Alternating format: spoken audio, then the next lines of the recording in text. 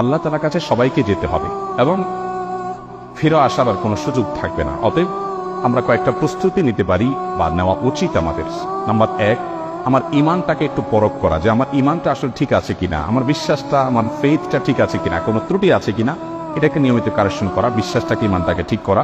Number 2, ভালো কাজ দিয়ে গোটা জীবনকে সাজাবার চেষ্টা করা, যে আমার প্রতিটি কাজ হয় ভালো নয় মন্দ, হয় নেকামল হিসাবে গণ্য হবে না বদামল হিসাবে গণ্য হবে।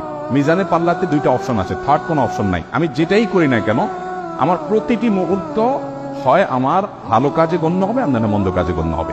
অতএব এই বিবেচনাটা সবসময় করে হিসেব করে চলা। নাম্বার 3, সবসময় তওবা করতে থাকা। আমরা মানুষ ভুল হতেই পারে, অতএব প্রতিনিয়ত তওবা করে করে কারেকশন করে নতুন করে পথ চলা শুরু করা।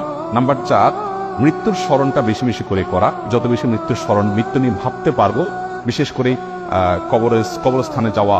মাঝে মধ্যে কোনো মানুষ মারা যায়নি, তারপর আপনি কবরস্থানে চলে গেলেন আত্মীয় স্বজনের কবর জিয়ারত করার জন্য, কিছুক্ষণ দাঁড়ালেন, তাদেরকে সালাম বিনিময় করলেন, আপনার ভিতরে ভাবোদয় হবে যে আমাকে একদিন আসতে হবে এই জায়গাটাতে। নাম্বার 5, কোনো ওসিয়ত করার থাকলে মৃত ব্যক্তি মৃত্যুর আগে জীবিতদের উদ্দেশ্যে ওসিয়তনামা লিখে রেডি করে রাখা, মৃত্যুর প্রস্তুতির অংশ। এবং সেটা একজন মানুষ তরুণ বয়স থেকে যুবক বয়স থেকেই করতে পারেন, কোনো অসুবিধা নেই।